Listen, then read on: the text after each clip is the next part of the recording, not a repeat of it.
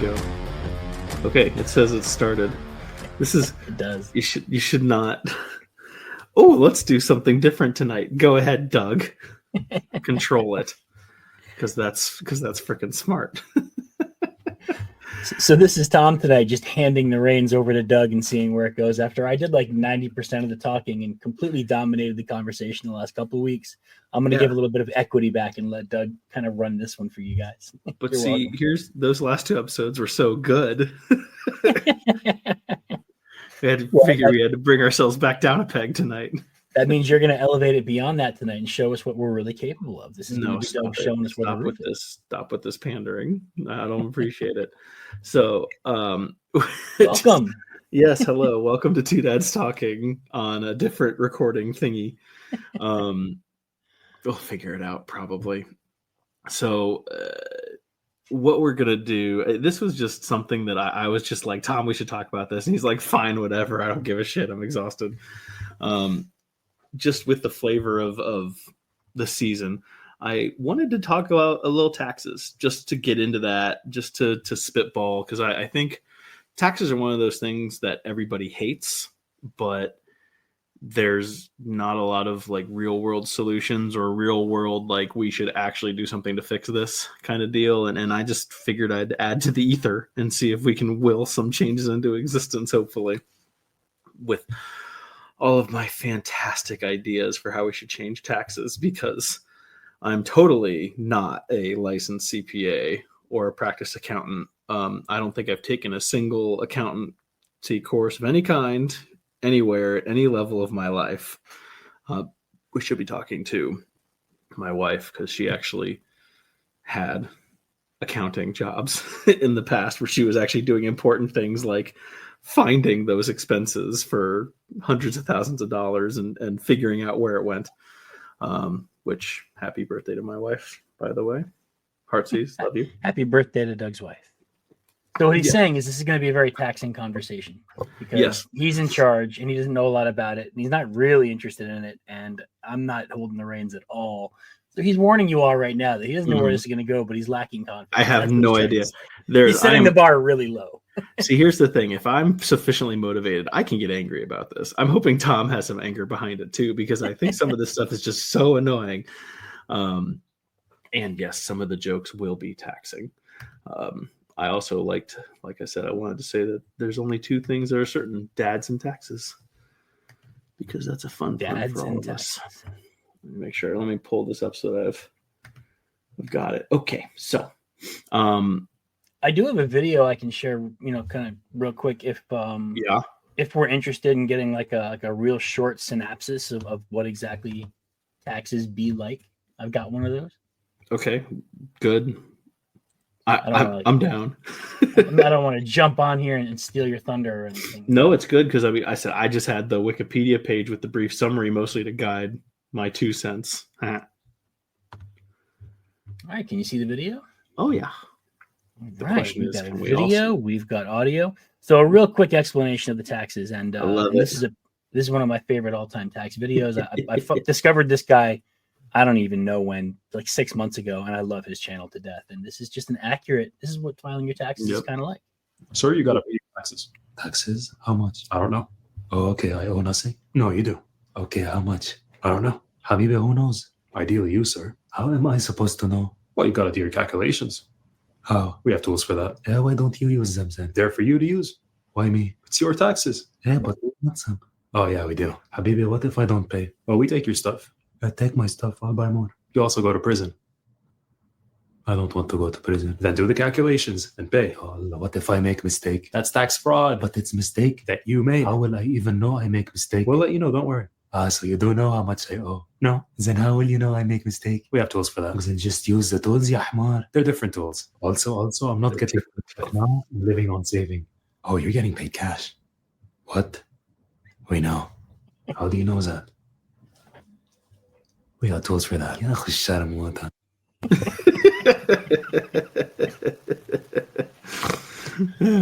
There's a tool. I love that video too. Yeah, I do love tax season rolls around, and even stuff on X. It's just like, oh, how do you know what I owe? Oh, we know. What happens if I get it wrong? Jail. But it was a mistake that you made. Right, that you made. Right. But how will you know? We have tools for that. Just use your I tools. I love it. You. Yeah. So my primary complaint is just the current system with the income tax stuff. I think income taxes are not the worst concept, the worst idea. I am much more in favor. You know what? Let's try to do this right. Okay. So what most people think of when they think of taxes are either income taxes, which is just how much you've made for new income for the year, and then taking some portion of that off the top, obviously. I don't know all the terms. I think our income tax here in the US is called a progressive tax, and that's where the rate of taxation changes based on levels as you go up. So like higher tax brackets, what we're all familiar with, you pay a higher percentage the more you make. There's also regressive stuff too, which goes in the reverse and all that fun stuff.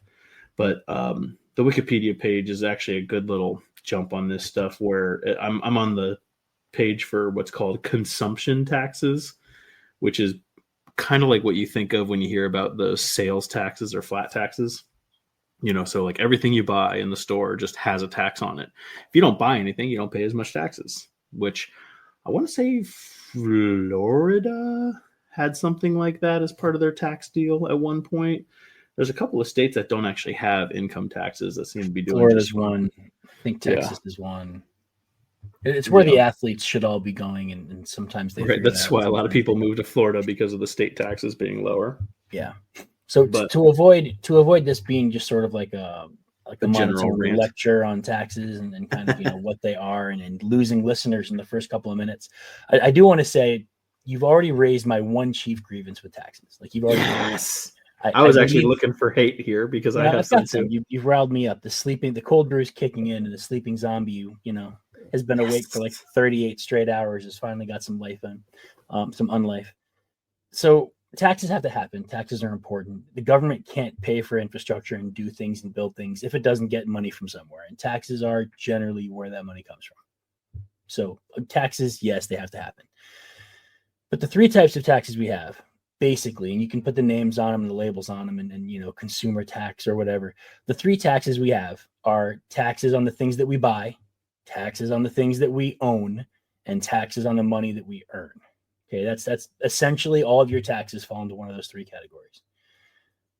What pisses me off about taxes is that you tax my money when I make it.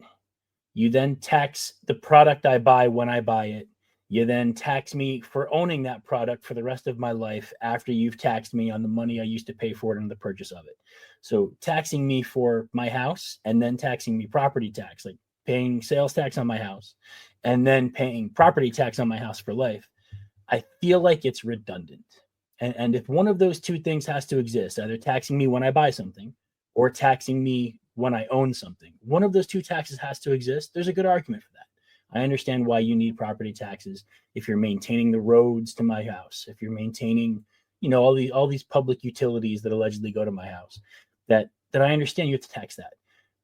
But to get me coming in the door and to get me coming out the door feels rude and feels wrong. And I was talking to a poker player about this 3 weeks ago when I was tipping someone. I had a really big hand, and I tipped the dealer $25. And then I tipped him another $25 after I realized just how big the pot was. So I tipped him $50 for this pot. And I was talking to someone about this. And the money I make to play poker, right? It comes from money I've earned. So I already paid income tax on that money. And then I go to Foxwoods and I play. And when I win, I have to report winnings, past a certain number, you're supposed to report your winnings. So that money gets taxed again, even though it's money that's already been taxed. It's money that other people got taxed on and then brought to the table, and then you took and you earned, and so they taxed it. Right. Whether it's my money or it's money I took from someone, it's money that's already been taxed once. And it gets taxed again as earnings again. And then the money I tipped the dealer gets taxed. And he has to pay taxes on that tip. So the money I've given him was taxed when it was given to me. It was taxed when it came from the guy I got it from. It's going to him and getting taxed a third time. My problem with taxes is how often we're taxing the same money. To make a poker analogy, it's the rake. Hold on a second. And you can't beat a rake when it applies to every single transaction and it just follows this tree all the way down the line. But you ready for this? Go for it. When all three of you, the person you took the money from and you and the dealer, die, there's an estate tax. I know. Yeah. So yeah, my problem isn't with taxes overall. It's that the taxes we have are stupid and redundant and don't make sense. And it's a lot like somebody deciding they're not just going to fuck you in the butt. They're going to go ahead and they're going to give it to you in the butt with a sandpaper condom. And you know what? That's not enough. Now we're going to get that rubbing alcohol lubricant. We're going to use that. And like, they just find a way to make it progressively worse every step of the way and get you one more time, make it hurt just a little more. It's like sliding you down that 12-foot rusty razor blade into a bucket of lemon juice. Like, they just constantly find a way to add onto this damn thing and make it worse and worse and worse. There should be an easier, simpler, more fair way, especially now that we have an idea as to how our government is spending our money. If we're giving you all that money and you're not spending it effectively, there's an issue with that too. It's a whole different argument about taxes with me. If we're giving it to you, we should know where it's being spent for the most part. But for this moment, what you've already talked about that's already got me woken up and pissed off a little bit is how we are taxed. It makes no sense to me that you tax me when I buy a thing, and then you tax me for owning a thing, and then you tax me on the money that I use to pay for the thing, to pay your other taxes. It makes no sense how redundant our taxes are. And I feel like there has just got to be a better way. So this is why you leading discussions is good, thanks to all that colorful imagery. Colorful that we were just subjected to over and over and over you're again. Welcome for that, I guess. Yeah. My mom's, pinching her ears right now. Yeah. So and that was really why I wanted to talk about this, because I do think it's ridiculous how often we get taxed and some of the things that we get taxed for, which I think like I mentioned before, why the Kamala's platform about taxing on unrealized gains, it was like, no. We already know how this is going to go.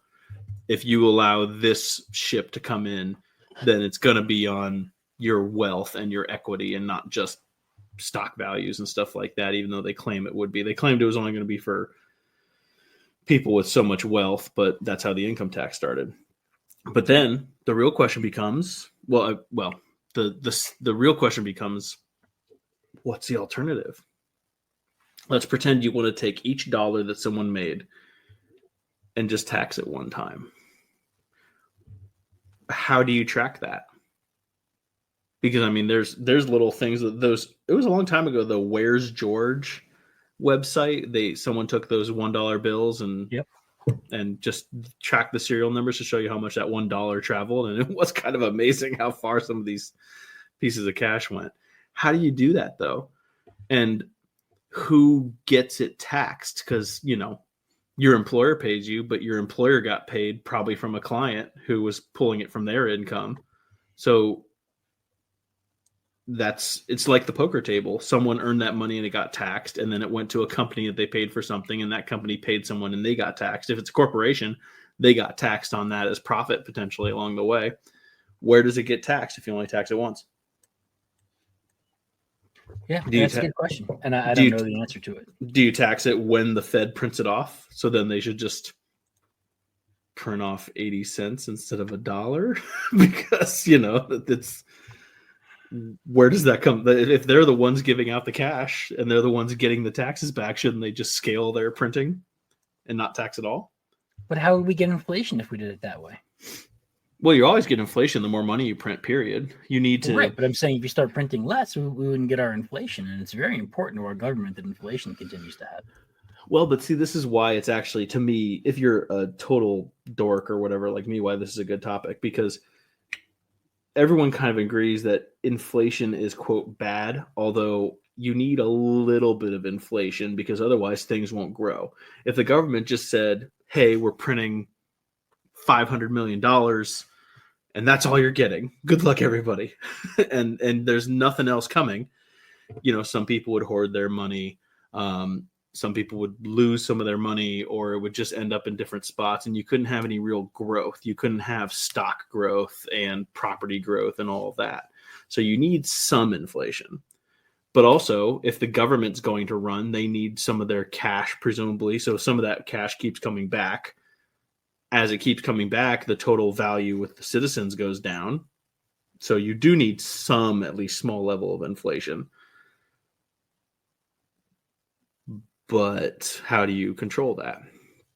And for me, I think it should be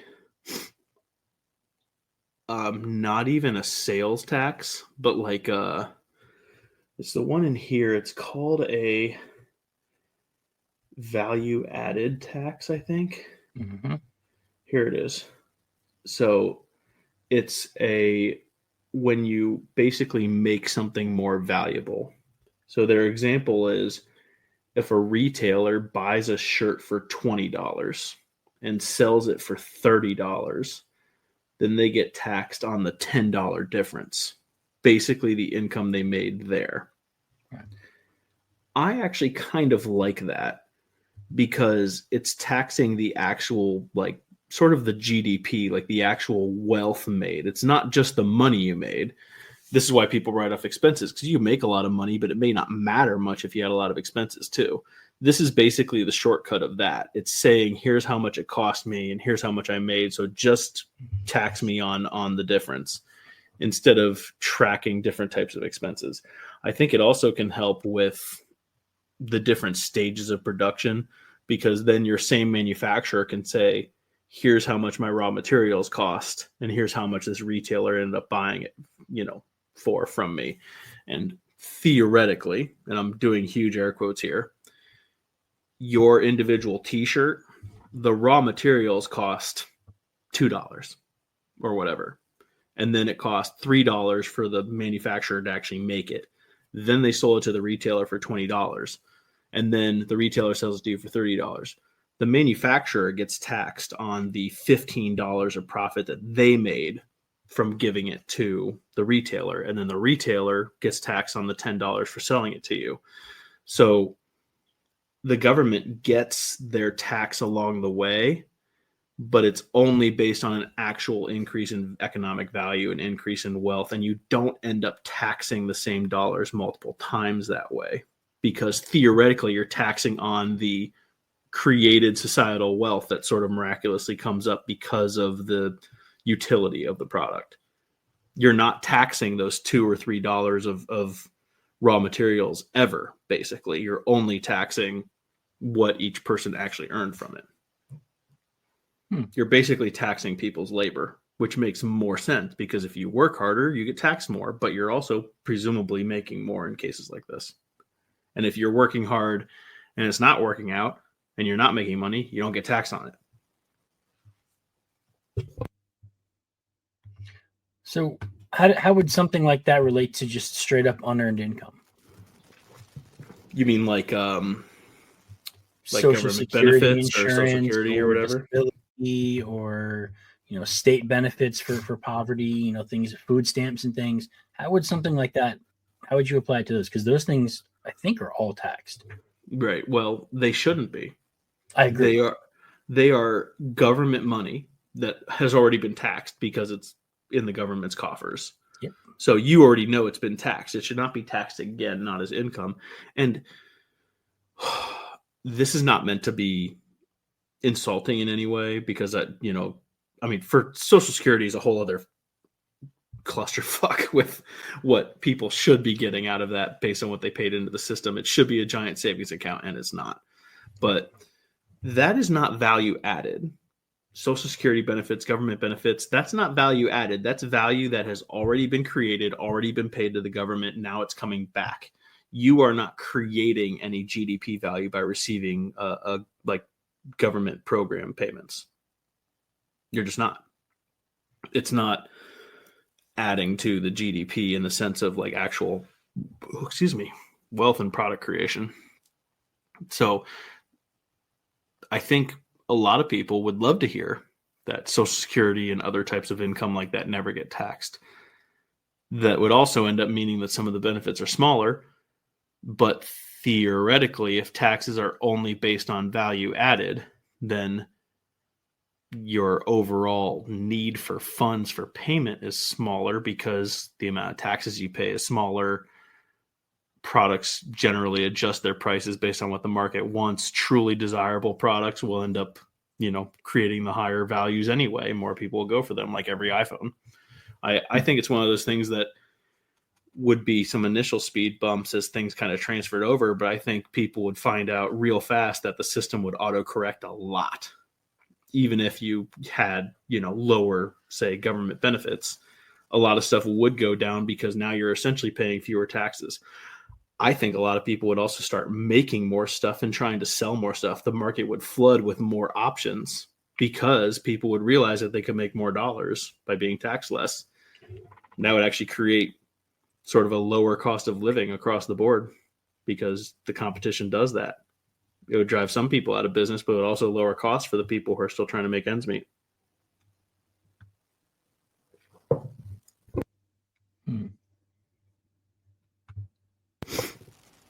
This is also the backdrop of I'm a huge fan of people.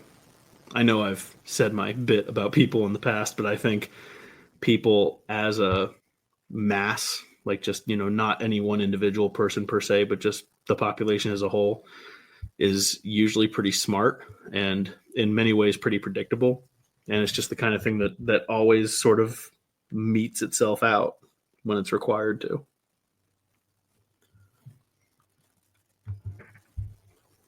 I can give a good example of this too, actually. It's a fun one.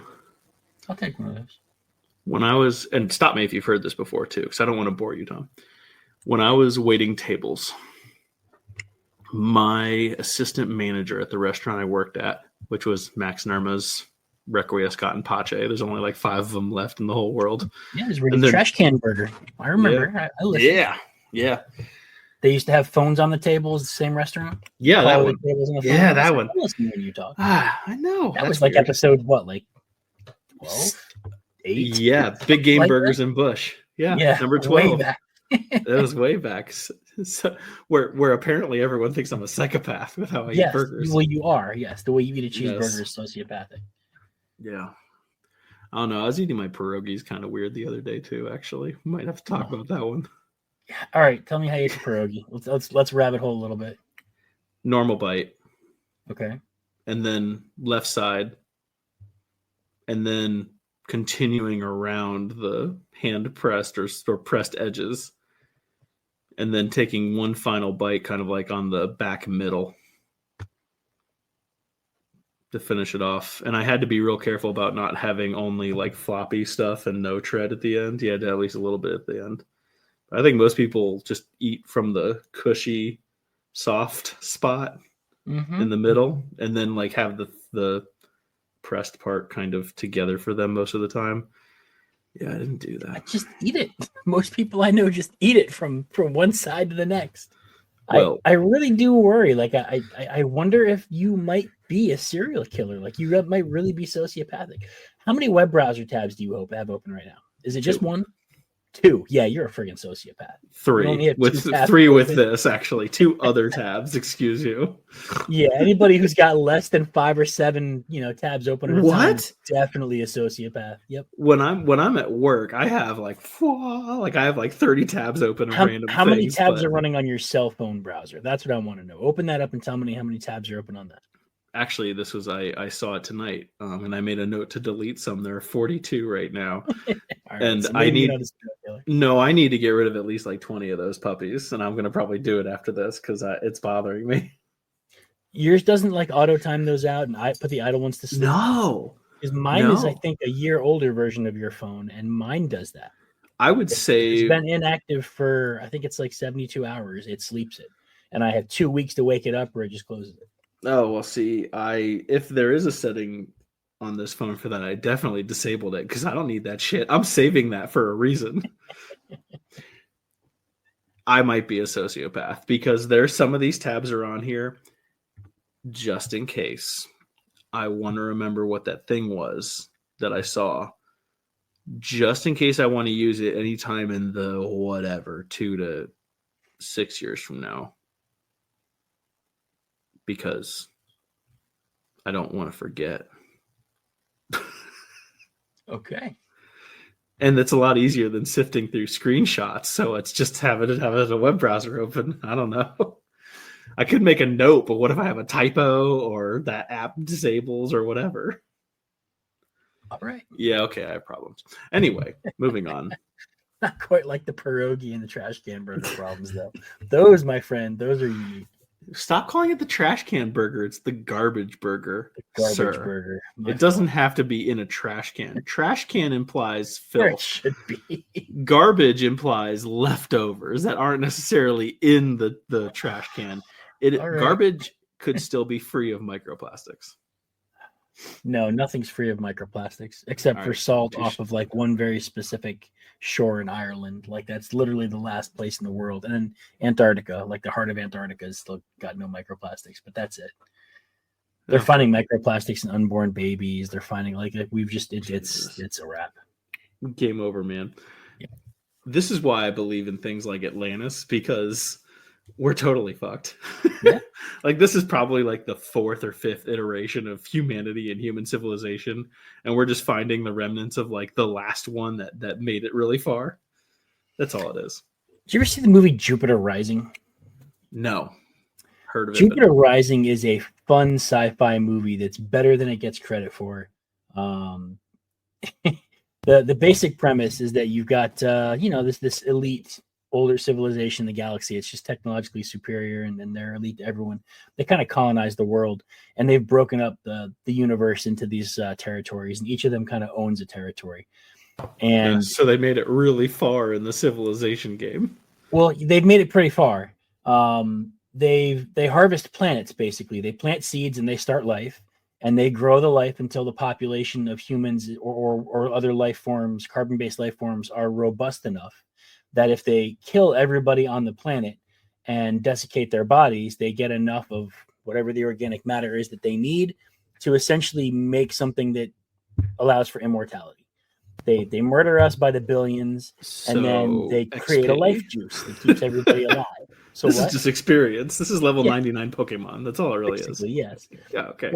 But they intentionally leave the planets alone to flourish until they reach a certain population, and then they call it harvesting, and they destroy the entire galaxy. And there's a scene where they're talking about, how many times Earth has been through this and blah, blah, blah, and how many civilizations have come, risen, and fallen. And one of them starts talking about the previous one. The previous one was my favorite, and the civilization before humans was the best. We it really broke my heart when we had to harvest the sauropods. And they're like, wait, you're talking about dinosaurs? And they talk about the extinction event of the dinosaurs, and that was the last harvest on Earth, and what a rich harvest it was. And yeah, I don't know why what you said just brought that to mind, but that's what that brought to mind. That's cute. That's why.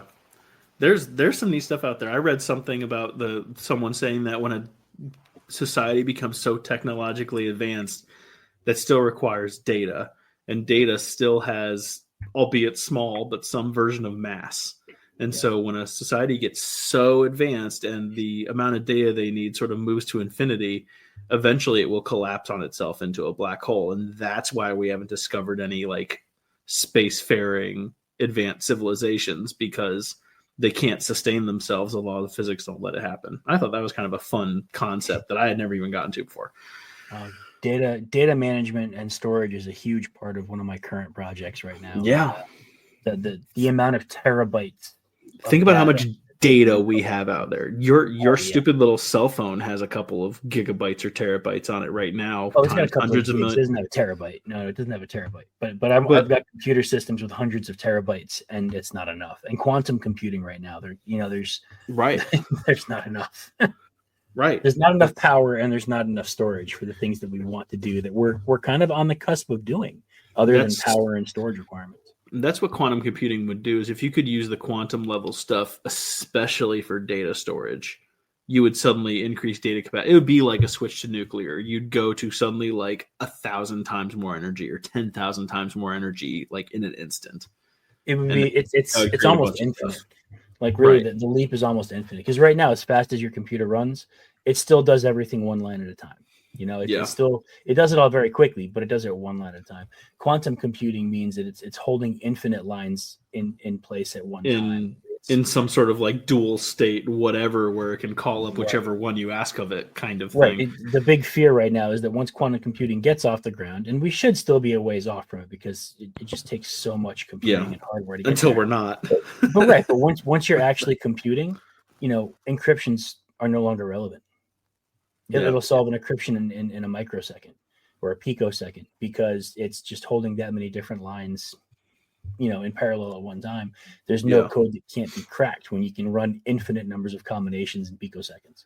So the math is saying now that they've found particle reactions where they claim time is moving in opposite directions of these different, like one particle is moving forward in time and one particle is moving backward in time, and they somehow, quote, math it out, observe it at the same time. So if you had some quantum level thing that can literally compute from 20 years ago, like when you ask it to unencrypt it, it's like, oh yeah, I've been working on this for 20 years kind of, but not really. Like it's just right there. Yeah, it's just there. Yeah. Okay. Quantum computing is going to be a really terrifying and awesome thing when it becomes reality, and it will eventually. It will. I think in the early to mid 90s, there was a stretch where computing power was doubling every 18 months. And I mean, back when things were like, 5 kilobytes and crap like that. And some guy wrote an article basically saying this is unsustainable. By the time we hit the early 2000s, like that this has to slow down. There's no way. Yeah. And then it got faster and it started doubling every 12 months, about a year after he wrote that article. It's an exponential growth. It's been doing that ever since. Does quantum computing do that though? When our data, our storage, our computing power is literally quantum level though, have we actually reached sort of an asymptote, like a spot that we can't, when you get subatomic, can we actually go farther? I'm inclined to say yes, but I don't know. I mean, eventually you're going to hit that point where I'm inclined to say no, because you literally can't get any smaller or faster than subatomic that we know of. But then again, if there is some weird time stuff, then if you can suddenly tap into past time, that means things are being computed right now for stuff 1,000 years from now in some computer somewhere, somehow. I have sort of an odd that I want to do about this, by the way, something that they've been discovering with math and time flow and the universe. The short version is that if you could observe something over a really far distance, like hundreds of light years away, you can actually see the past as it's happening, even though it's not happening anymore, and vice versa. So if we had a way to instantly see something that's like 1,000 light years off in one direction, we could see the stuff that's 1,000 years ahead of us at this instant, even though it hasn't, quote, happened yet. But then if you turn your observation angle, literally like a physical turn, you could then observe a spot off of that's in the past 1,000 years, because of you go over a long enough distance, the angle changes. They're thinking the whole space-time as one continuous thing is starting to make sense, so that all of history and all of future is in some way or another always happening. You just can't necessarily see it in your localized spot. Yeah. So that'll be fun. That might be our biggest digression we've ever had. I doubt it. I'm sure we've had like maybe we've gone down some very serious routes. That's true. We have. Those idiots started on taxes and they ended up in quantum computing. What the shit? Yeah. Yep. So when I was a server at Max and Irma's, my assistant manager told me one time, not the trash can burger, the garbage burger with fewer microplastics than usual. We'll allow that. All right. He said that, and it was like October or something, and he was just like, just to give you an example, Doug, because I can't remember what I was asking. I think I was saying something like he had me go pick up 2 of our signature steaks from another location because we were low on order because the truck didn't come in with them or whatever. And I was just like, he goes, "Oh, perfect. We'll probably only need these 2." And I went, "How do you know that? How do you know we won't need 4? or 6 or 0.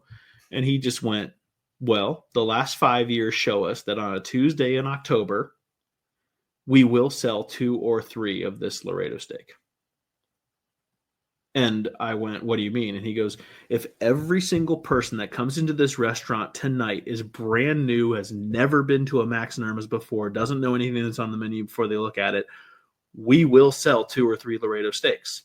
And if we have all regulars who have all been here before, they already know what they're going to getting. We will sell 2 or 3 Laredo steaks. We might have like one-off somewhere in the month where we sell 4 or 1 or whatever here or there, but pretty much guaranteed you it's a good bet to put money on. We will sell 2 or 3. And this bothered the shit out of me because I'm like 19 at this point. I haven't learned any of this stuff about the world yet. I went to him at the end of the shift and I said, how many Laredo steaks did we sell? And he said 2. And one person initially ordered it and then decided against it like halfway through cooking it. So we had to throw that one out. I was like, oh my God. It was like the perfect like answer to the 2 or 3. So I feel like now you're sort of inclined or obligated, if you will, if you go in there to ask how many steaks they've sold, and if they're behind, I feel like you need to right. You gotta fuck it up now that you know. Right. But so what that was my first like real world experience with this, and you can find this in other stuff. Every individual person is unique and in an X factor. They might do something different or unique or whatever that another person wouldn't do. But the masses overall, the population overall, is highly predictable. They just tend to do the same things over and over again. And I think part of that, and personally, I think part of that is because we're all reacting to each other. No, you're never going to have a restaurant where a shit ton of people order a Laredo steak unless it's like the best thing ever. But then the restaurant knows we always sell this because these people had it, told their friends, they come in and had it. It becomes predictable once you get a little bit of data. So trying to tie this into the taxes thing, if you have something like a value added tax that's completely different from what we have now, eventually the masses will self-correct. People will start sitting there and saying, oh, I actually want to sell more t-shirts because I get higher margins on this. Sure, I pay more taxes, but I make more money. Other people will play the opposite game and say, I'm doing mass volume. I'm only making a couple of bucks per. I get charged sort of a lower tax amount per, but as I scale, then it'll still be better for me. And you'll just have people who will react. You'll have one sector that goes for the higher ticket items, and you'll have the other people that go for scale and quantity instead of the quality, which we already kind of have today. So that's kind of where I was going with that. That's my, I think that's a good one. The thing that really gets on me though, like with you, with all the taxation, I mean, I hate that too, but for me, property taxes is just the big one that I just can't get past. And I think some of it has to do with my real estate experience more recently, but something really, really bothers me about it's philosophy 101 sort of. It's not like a deep thought, but do you ever really own your house? No. Okay. Good night, everybody. See you later. Good night. No. I mean, like, I guess that's it. But right. If you always have to pay property taxes and you could always be fined or even jailed or kicked out or whatever, you never officially own your property. And yet we have an entire, I mean, part of my work is around fee simple concepts, which is you're supposed to own your land and your improvements on the land and everything below it to the center of the earth and everything above it into the sky and beyond. And you are just, in the goodness of your heart, you have agreed to an easement with the major airlines and the government contractors to just fly through your airspace. Literally. If you go into a law textbook, all the way up to the stars above your house, you own that. but you've also somehow magically agreed to allow airplanes to go through your airspace through some massive easement that is sort of by law. Since you're a citizen of here, you have to agree to this. See, most areas have an airspace written in the law, and it defines a certain distance and a certain height. Usually it's somewhere around 150 or 200 feet. It has to be something like, 150 Anything or beyond feet, that, you don't own. Yeah. Well, no, but that's the trick. You do own it. But you don't, according to a lot of state codes. They say you only own up to a certain height above your property. I think it's officially an easement. I have to look, but I think it's officially an easement that because you are subjected as a citizen to the law establishes an easement. There was a drone case that was tried maybe a year and a half ago where someone flew a drone up and they were doing something and someone raised hell and said, no, I own not just the rights to that property, but the air rights. They paid for additional air rights because they wanted to do something with radio signals and they had to have it to get their stuff done. And so they specifically bought additional air rights, extending how much above their property they had. Right. And this drone was flying in and they took the person and sued them and said, this person was trespassing and I want this and I want that and I want reparations. And the drone was up somewhere around like 300 feet. And technically the guy owned the space up to 250 feet above the residence. And the judge read him the book and said, nope, sorry, you only own X amount of feet above your property. That's how this works. And it's different based on where you live. There are different statutes. But the FCC has regulations that say how much you own and at what distance you own it. So there is a finite amount of vertical space above your property that you own. I think it varies. I don't know what the federal. Well, this could. I'll grant you that could make sense because I mean, for the record, my training. Let's throw some air quotes around that. Is around Ohio. Really, it's not like national. Like each individual state, they might have some different things on there.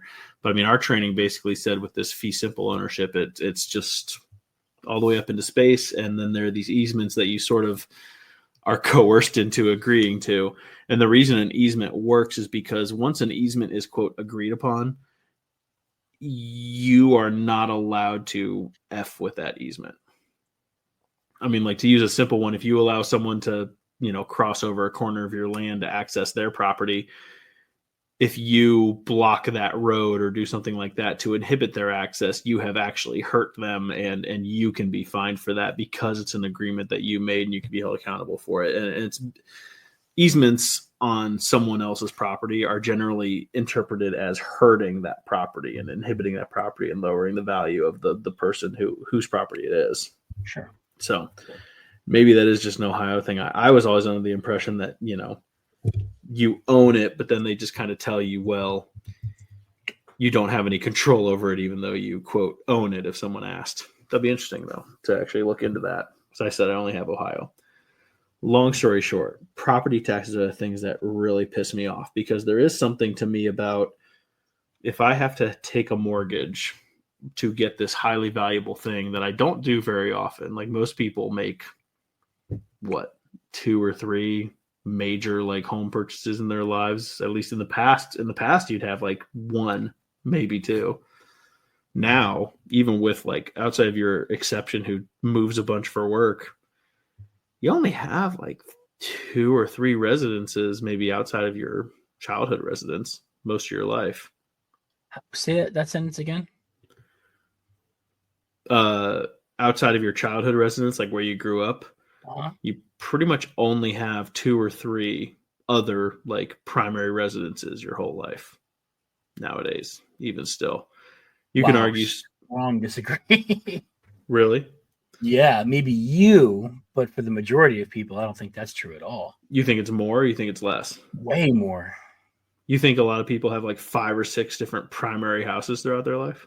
Yeah, absolutely. My sister-in-law is, gosh, is she 30? She's 30-ish, and she's moved 4 times in the last 5 years.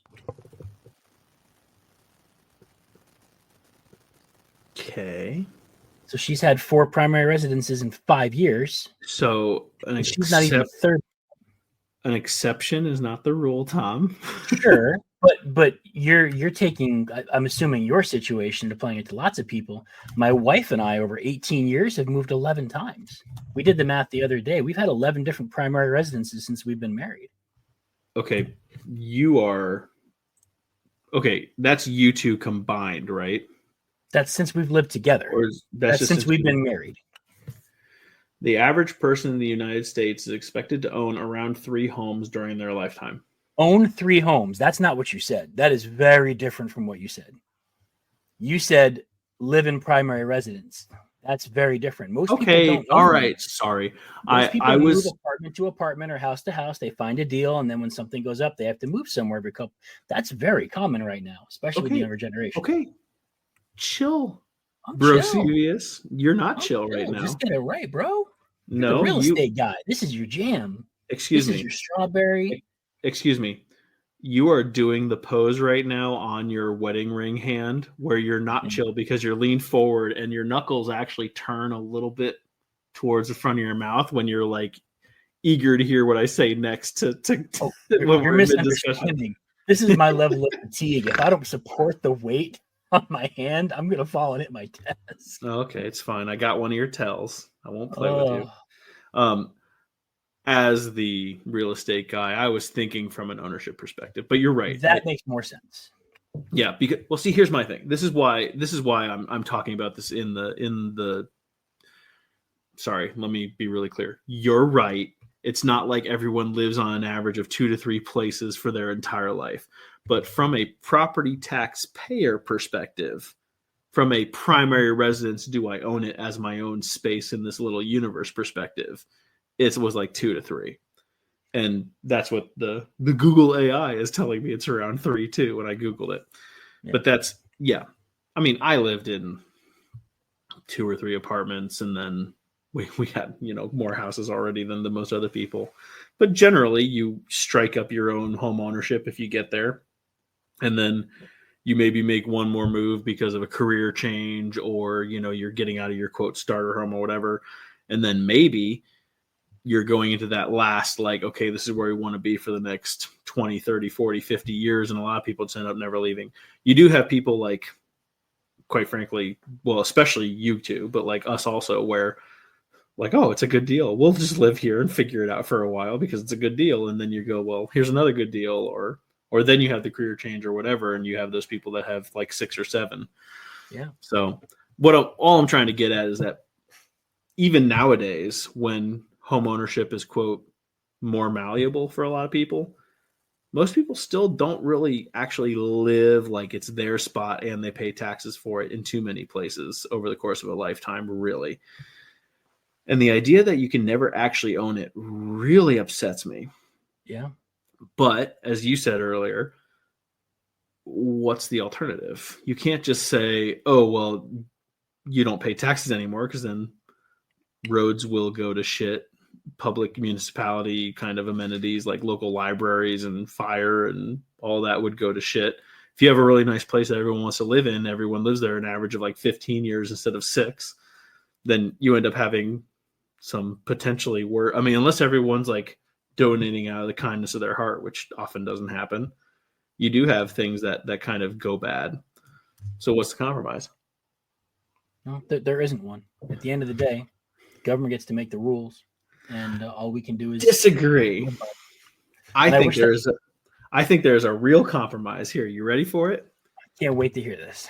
If you are over the age of 45 or 50, and I'm using that kind of malleably, and you have paid property taxes, again, malleably. This is my own like weird brainchild, by the way. After your mortgage is paid off, and there is documentation that you have from the bank, payoff loan or like that you can submit to your local county. You prove that your mortgage is paid off. You pay property taxes for 10 years after that. You no longer have to pay property taxes. Interesting.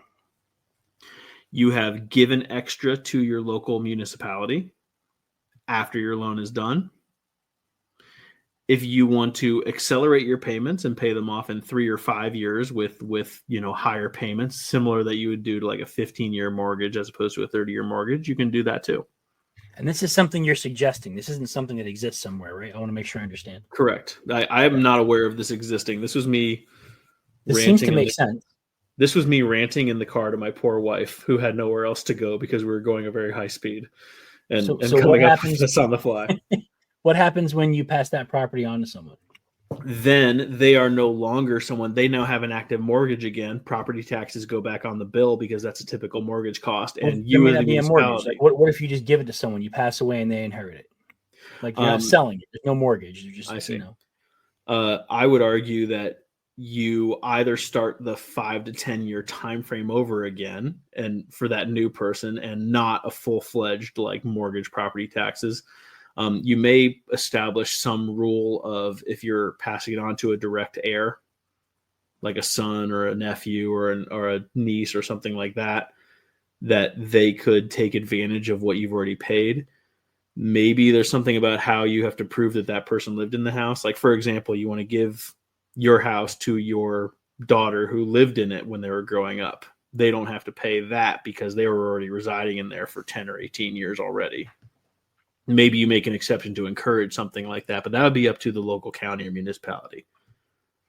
If you have no mortgage, I say start the clock over for a 5 to 10 year commitment again, because someone who wants to join your community, if they're trying to take the quote shortcut and not pay a full mortgage and the property taxes that come with financing their residence there, then they still should pay into the system because they're buying that system. But you should not have to pay it for it forever. And what that actually does, I think the reason that this is actually a potentially good idea is that, imagine your highly desirable neighborhood. More people will try to move in there.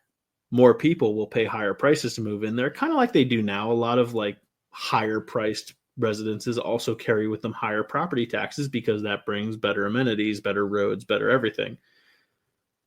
Having something like this brings more cash buyers, structures your market to benefit more directly from people wanting to move in there. So you kind of have a constant flow. Every house that has someone passing away or giving to their estate, you're getting your property taxes recharged. Basically, the cost on each individual person ends up being a tad lower overall, but the municipality still gets similar taxes from what they could normally expect. Okay. That seems to make way too much sense to me, so it'll never happen. But I like that. I like that idea. Wow, I don't know if I've ever gotten just that reaction from you ever. Wow, that makes sense. I must be more tired than I thought. Holy Crickets. Well, my sunglasses are still on my hat. They've been up there apparently since I finished driving home this evening. No, that's just my little brainchild of like, and you know what? You don't even have to make it 30-year-olds, for example, doing this, who have decided that we're going to live here for 45 years. You can just say you've got to be 50 at least, and you've got to done this for 10 years after a mortgage. And that way you motivate people to find that spot they want to actually retire in and live in for the rest of their life. It ends up being cheaper for them. They pick more specifically, and more people want to get in there. Yeah, that makes sense. I like it. So, and no one wants to say the other part out loud, but when you have communities like that where more people are competing to get in there, you end up needing sometimes fewer actual dollars to make at least certain things work. Because one phrase that I've heard before is 40 below keeps out the riffraff. When you're talking about like places with harsh winters, you just don't have as many loiterers and everything like that. Communities like this will have fewer troublemakers because it's the kind of place people want to be, and they'll literally pay for it. Yeah. I mean, Costco sort of indirectly said that when they had I think they had a stretch where they didn't do membership fees, and there was literally more crime like in their parking lots. And then they reinstituted their fee, and it like almost went away because it's a certain kind of person that pays a membership. Yep. So I would agree with that. And you know what? Because the masses self-correct, there will be your equivalent of sanctuary cities for taxes. Oh yeah, we don't do that. Come on right in here and do your thing. And there will be plenty of communities that are just like they are right now. And if we've already got plenty of those. Yeah, exactly. All right. Do you want some fun tax stories? There's no such thing. Oh, sure there are. I've got fun tax philosophy and I've got fun tax stories. Which one do you want first? Oh my, a difficult decision. Philosophies. Okay. So Aaron Judge hits his 62nd home run. Okay. Aaron Judge of the Yankees, right? Yeah, sure. Fan in Ranger Stadium catches the ball. The way that the state laws work, that ball has value. He just received a windfall. Mm-hmm. He has to pay taxes on the value of that baseball. A value-added tax. They call it something different, but yeah. But essentially, just for catching that ball, he now has to pay taxes. Even if he were to throw the ball back, technically he received it, and then he gave a gift that was worth value, so he could get bit on that one. Just by catching that ball, technically he incurred tax liabilities. So that's already interesting enough, right? This is all. What if you flee to another state on your ride home afterwards? Well, Texas is still going to get theirs. Like that. That's how it's going to be. But now the question is this: to determine the value of the ball, how does the IRS determine the value of that baseball? Are you asking me, or I'm asking you? Because this is something that's being debated right now. Oh, so it's not. There's not even tax philosophy of this. There's not even a correct answer. No, there's not. Interesting. Not yet. There may be soon, but you're going to have to consult You're going to have to consult a personal property appraiser. I'm a real estate appraiser, so I would imagine. No, full qualifier. I am not acting as an appraiser right now. I am not licensed for this shit.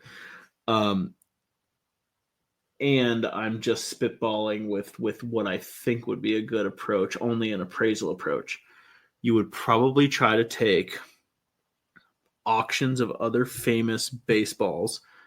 If there are not enough, quote, famous baseballs that... I'm going to backtrack 2 steps. The equivalent would probably be like Barry Bonds' record-breaking ball. Right. I was going to say, you're looking... That's your comp. Yeah. You're looking not just for other important baseballs.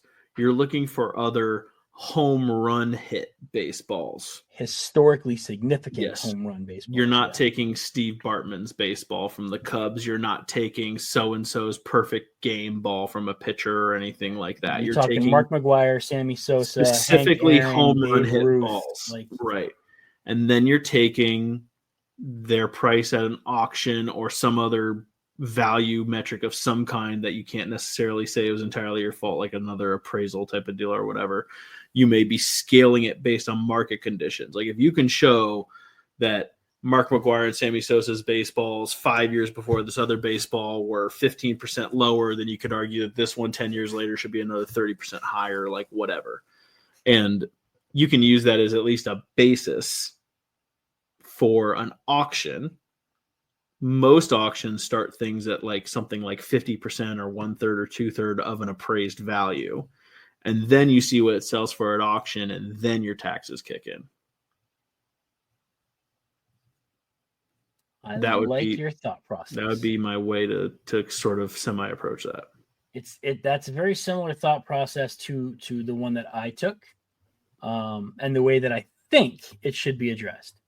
The Supreme Court says we're wrong. Okay, well, the Supreme Court it's not like they know anything. They're not even smart. The Supreme Court says you go find the make and model and year of that baseball, and you see what that's selling for that baseball on the open market, and that's the value. So if it's a Rawlings baseball, you go and you look what it's going to cost you at 5 different vendors, and if the average price for a Rawlings baseball is $1.50, then the value of that ball that you have to report is $1.50. So that would be what we'd call the cost approach. Yes. How much does it cost to recreate this basable physically? So the argument right now that's I was going with an income or sales approach. Yes. The state of Texas is making an argument for what they're calling real value, which is what you described, where you comp it, you see what its actual sellable value is, and that's what the ball's value is. That's what they're arguing. Yeah. And the Supreme Court says no. And the tricky thing about it, because that's going to go back and forth, and who knows where that would go. If he sells it at auction, it solves the problem. And whatever it sells for is its worth. It makes it But simple. if he wants to keep it for himself, there's then there's problem. Debate, and he's got to fuss and fight over this. And that's what makes this an interesting tax philosophy. Because I like the Supreme Court's decision. Like, I think that favors your average fan who just happened to be insanely lucky. But your average lotto ticket winner who happened to be insanely lucky, you wouldn't treat them with the same, kid gloves that they're trying to say with this baseball person. I mean, catching a baseball being your particular spot in the stands for that particular game is got to be also astronomically low odds, just like purchasing a winning lotto ticket. So why is this person being treated differently? Yeah. But so there's precedent in this, which is interesting. I think I told you I played Magic the Gathering for a long time. That's like saying your lotto ticket only costs 2 cents to make, so that's all you get taxed on because that's everyone else had it. Yeah, exactly. Yeah. So all the collector's things that I had, whether they were sports cards or whether Magic cards or whether it was comic books, when I was a police officer, we had someone whose car was broken into, and someone stole his binder of Magic cards, and he had about $15,000 worth of cards in that binder. Damn. And that was if you went online at any card retailer, redistributor, third-party sales, and you were to look up Star City Games, Channel Fireball, wherever, and you looked up these cards, the number you would come to, adding them all up on the low end, would be around 15,000. But at the end of the day, the court said, no, it's a piece of cardboard. You get 15 of these in a $4 pack. So it's worth, $4 divided by 15 or 16, depending on the set that it came in. That's the value on each card. And it changed the nature of a crime from a felony theft, because there was no destruction of the car. The guy managed to get in without breaking anything. It changed it from a felony larceny to a misdemeanor. And man, yeah, that's messed up. Someone could know that you have something actually valuable and take your shit, and even if they get caught, sure, I'll pay the $500 fine. Oops, I lost it. Here's your $500 fine, and I'll pay you $500 in reimbursements. Thanks. That's a neat $14,000 profit. Yeah. See, that's why part of me loves the Supreme Court for taking the baseball approach, but the other side of me despises that. Not to get all Platonic, because he's all about forms and stuff like that. Actually, this is more Aristotelian, come to think of it, not Platonic. Good. I'm safe. I've always considered myself Aristotelian. I like it here. We're good. A baseball has your value, like the Supreme Court is saying.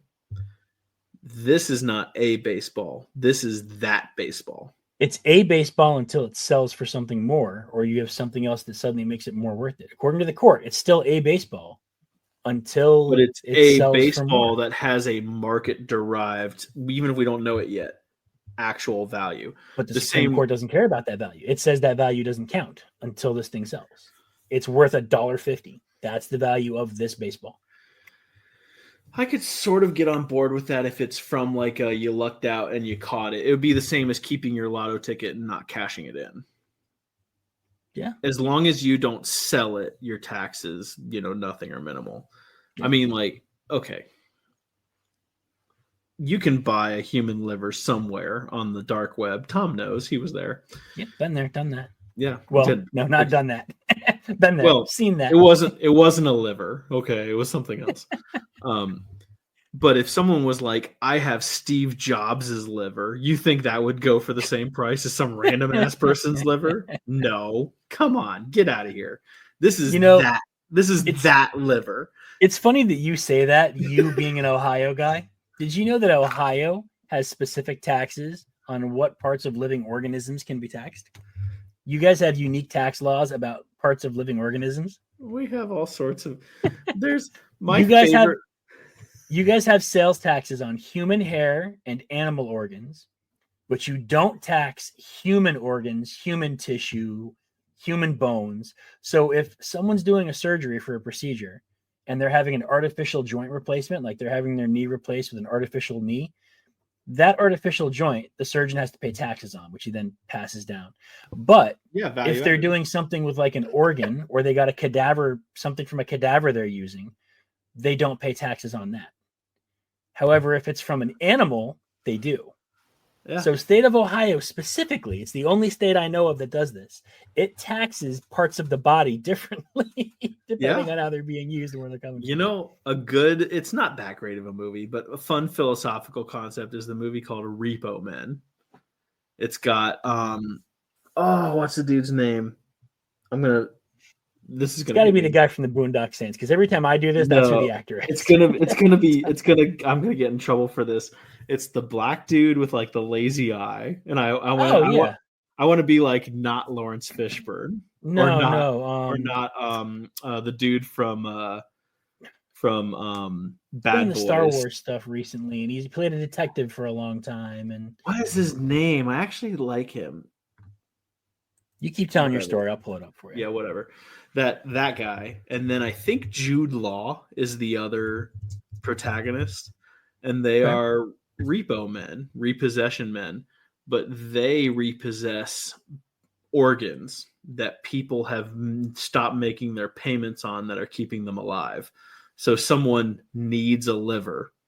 And this company gives them a liver, but gives them a loan on it, kind of like a car. But I have seen this. Yes. Yeah, but they stop making their payments, so these guys go and take the liver back. I've seen that movie. That was a good movie. Yeah. Right. And a lot of these Forest people, Whitaker, of course, Forest Whitaker. Thank you. Sorry, Forrest. Sorry about that, man. He's a good actor too. Sorry. I love your eye. I promise. Like he is a good. Every time I see him in a movie, I'm like, oh, this is going to be like a sneaky good movie. This is he's a good actor. Some actors are like that, right? Like you see them and you just know you're going to like the movie. It's Jude him, Law it's Edward too. Norton, it's Denzel Washington. Ed Norton is a good one. It used to be Mel Denzel Gibson. Washington. Yeah. Yeah. Ed Norton's, I think, even still somehow underappreciated. I agree. I think he took so much time away from it to do Broadway stuff, and I feel like when he did that, people kind of forgot about him. Jude Law is in that movie. He's one of those guys too that I'm kind of like that now. My first time I clocked Jude Law as like, okay, this is this actor, and I'm going to remember his name now for some godforsaken reason, was this movie called Alfie, where it was some like dramatic whatever thing. He wore a lot of pink shirts, and I didn't like the character, so I was like, fuck this guy. And then when he was Watson in the Robert Downey Jr. reboots of Sherlock Holmes, and I saw that Jude Law was here, I was like, what the fuck is that idiot doing there? They probably made a huge mistake. It was Jude Law. That was the guy who played Obi-Wan Kenobi. That was I can't think of his name. In the Robert Downey Jr. Sherlock Holmes reboots. Yeah, wasn't that the same actor who played Obi-Wan Kenobi?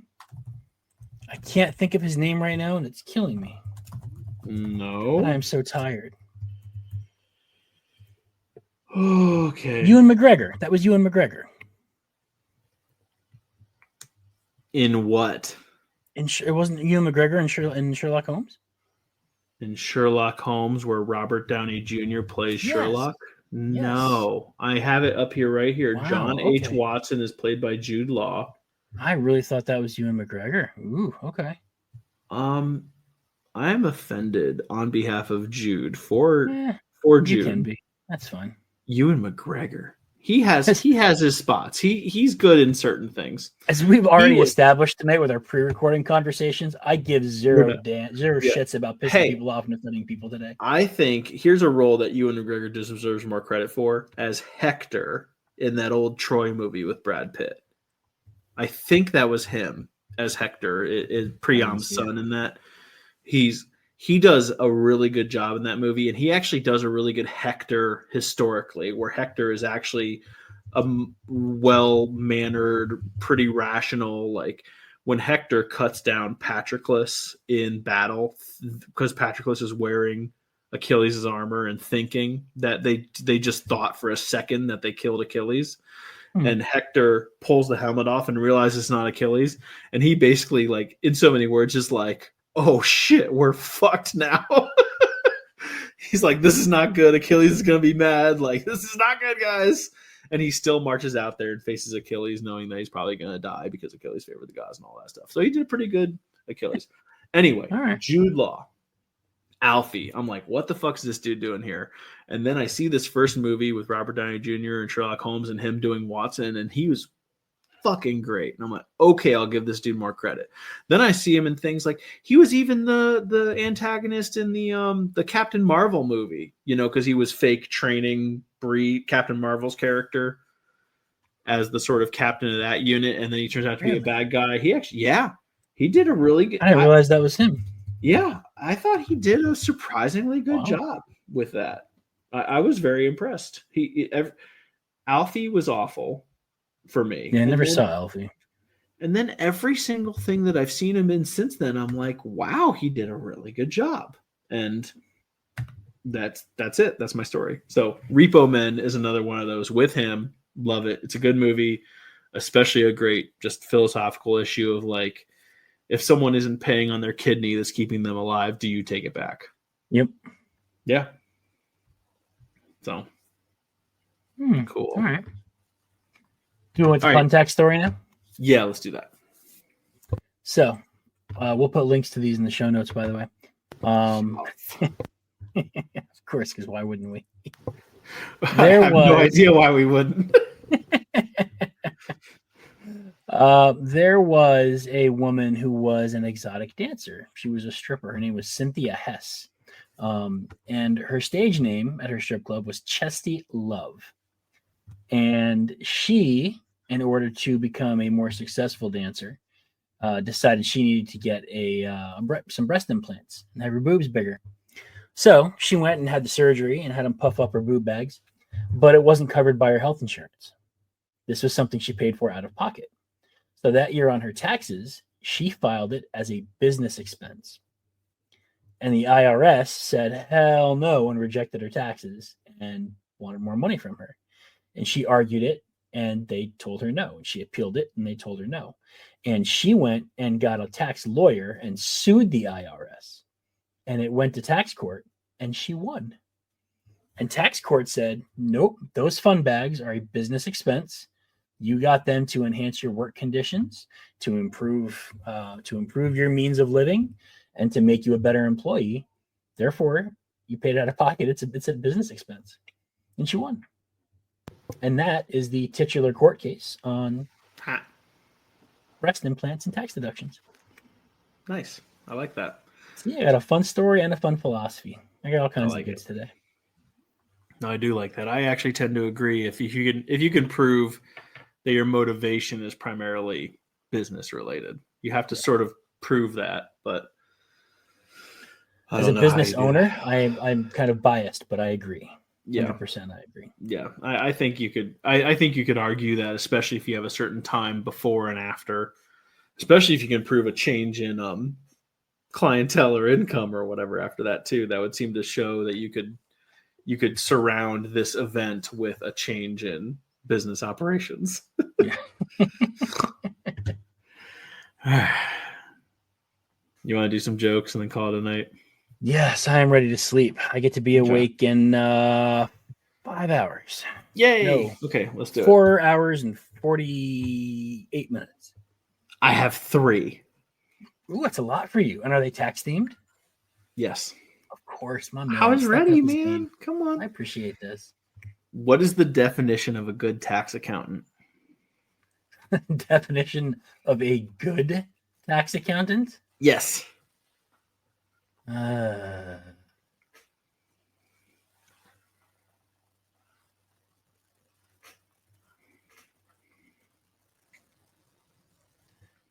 really, really want to sit here and try and figure this out. But since we're doing this on a recording, it's not going to be edited. Let's save the down bit. Yes. I don't know. Someone who has a loophole named after him. That's good. Yeah. Next one. Yep. Why doesn't the IRS audit cows? It's a pun. Because it's a moo point? Ooh, good answer. But that's not correct. Okay. Because the farmers usually milk them dry. Nice. Very nice. I like that. I like your answer, that is though. Good. That's partial credit, at least. Yours is better, though. I do like the actual answer. Yeah. What is the difference between tax avoidance and tax evasion? Tax avoidance and tax evasion. Yep. What's the difference? This is what I feel like I should know. I don't know. Jail. So not a dad joke, but just a thought. Okay. Right. Okay. Something that someone said to me a long time ago that stuck in my head. Okay. If you go to jail for not paying taxes, okay, because this is a thing that happens. So you don't pay your taxes and you go to jail. Mm-hmm. At that point, aren't you living off of taxes instead of paying taxes? It's a double whammy. Isn't it? Uh-huh. Yeah. Okay. Those sons of bitches. We'll just all march to the prison and demand that they be gotten rid of. You go first.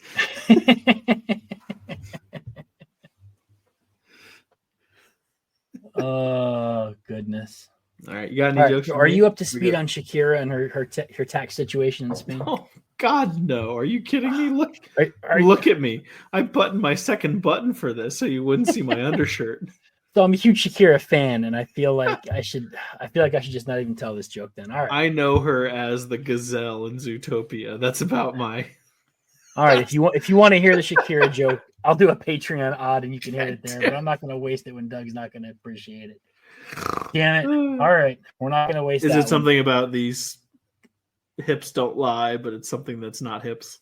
It is about that song, actually, so you might still get it. But essentially, Spain is threatening to lock her up and saying she didn't pay taxes for her concert shows there.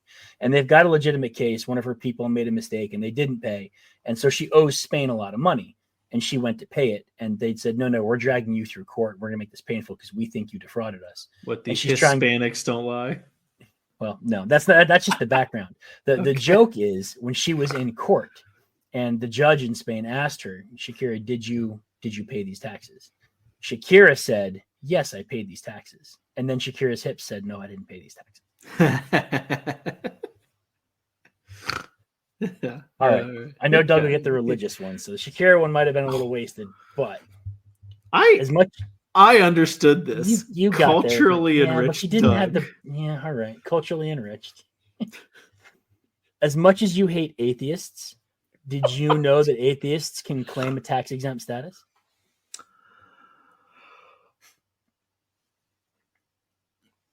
Tell me. Well, they're a non-profit organization. I like it. I actually tried to start a church once with a buddy of mine where, he believed that Jesus spoke with a lisp. That was like one of the core tenets of his faith. Mm-hmm. And when we applied for tax-exempt status, the government told us no. It was a real slap in the face. Yes, I like it. Good. Ooh, that's another one that just hits you in the man boob shadow. I like the ones that Doug appreciates because I get to feel good afterward. Yeah. All right, one more. Okay. I was playing Monopoly with the kids the other day. That one's like growing on me. Like I'm sitting here going, Faith. Yeah, that one's gonna warm up on you. Yeah. So I was playing Monopoly with the kids the other day. I'm trying to just kind of get them into the fun uses of math and not math, mm-hmm. and to get them into sort of the strategy game environment. And the problem with Monopoly is that as I'm playing it, I've realized it hasn't aged well. You know how sometimes you go back to like a TV show or a movie you enjoyed as a kid and you're like, this didn't age well. I had that exact feeling with Monopoly playing it with my kids because there's stuff in that game that just doesn't exist anymore, like free parking and a luxury tax and rich people going to jail. All right. I feel better. Love it. All right. He's still laughing about Faith. The slap in the face is the one that he's loving. I love how it's just like, let's talk about taxes. And I was going to turn like some Al Gore like lecture that would bore you to death. And then we somehow got into quantum computing.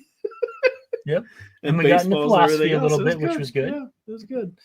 We talked about living off of taxes for not paying your taxes. Hug your kids.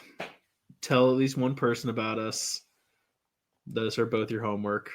You know what? Pay your taxes. And pay your taxes. It's almost that time. Pay your taxes. Yeah. I do have an odd that goes live tomorrow. So by the time this is posted, it should be live. I've gotten some feedback from some people that I actually 2 weeks ago was talking to a group of poker guys and sharing it at poker tables and got some listens. And the general consensus is that I need to tell more police officer stories.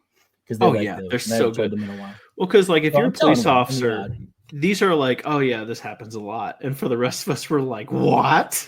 Yeah, and I forget that sometimes. I forget that the norm of a police officer is like prime time sitcom material for a normal You're person. seeing the most interesting 1% of people on one of their like most interesting 5% of their times on this earth, so the rest of us like don't know what's happening. Yeah. I mean, even my story is good, and I'm like nothing. I had like a Fu Manchu mustache and a t-shirt and a beer mug in my car seat and everything. Like all these things that don't happen anymore. Well, I've got one coming up on the and it'll be a new series. I'm going to try to post 2 a week for the next couple of weeks to kind of get us caught back up on content. I posted one last week, and we've got this one going live tomorrow, and I got to do a little bit more, but there is an odd story. We're talking about Dr. Norman Olibrace. I think I might have mentioned him once in this cast, but we're going into detail on that case. He's the lovely former brain surgeon who stopped taking his bipolar medication and instead started abusing steroids. And the soup candy in his brain that responded led him to stalking his stripper girlfriend and trying to abduct her, and then threatening to shoot up my house before he plaxico burst himself in a Georgia strip club and eventually got murdered in jail. So that's his story. And we're going to tell the more detailed, nuanced version of that on the next Odd-da-da-da. That was not a good promo at all. I definitely don't want to listen to any of that. Whatever the hell you just said. Oh my God. Some people will. It's kind of a wild story. Some people I'm sitting here being like, I feel like I haven't gotten the full story and I'm offended. You still haven't. Even with that rather lengthy description, you still haven't got the whole story. I know, I figure. All right. Thank you guys for listening. We appreciate you. We apologize for the delay this week, but thanks for hanging with us. Oh, heartsies all over. Later.